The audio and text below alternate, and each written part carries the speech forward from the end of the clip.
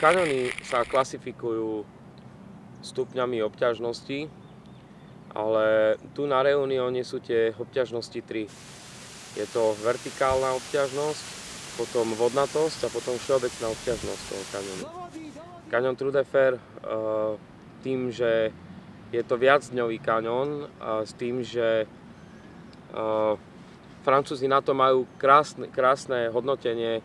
Po francúzsky sa to povie, že terrain de aventure, to znamená, že dobrodružný terén. A ABO je najvyšší stupeň zo stupnice kaňoningu.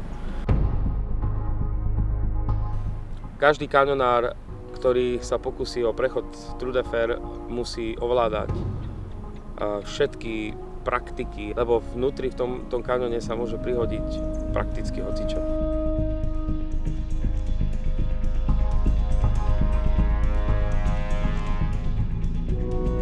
Ak sa niekto rozhodne prejsť kaňon obťažnosti ABO, poviem, že musí byť pripravený na úplne všetko. K tomu kaňonu sa poprvé treba dostať. Potom prejsť jeho vertikálnou časťou, kde zloží maturitu z lanovej techniky a spôsobu listenia. Ale najhoršia vec Trou de Fer nie je tá technická časť.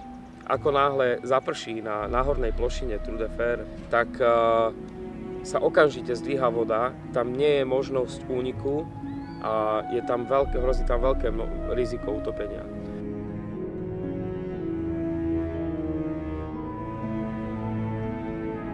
Môj sen bol vidieť to. Môj sen bol zvládnuť ten kaňón a môj sen bol pustiť sa po tej linke dolu a hodiť si tú kotvičku do toho štandu a priťahnuť sa.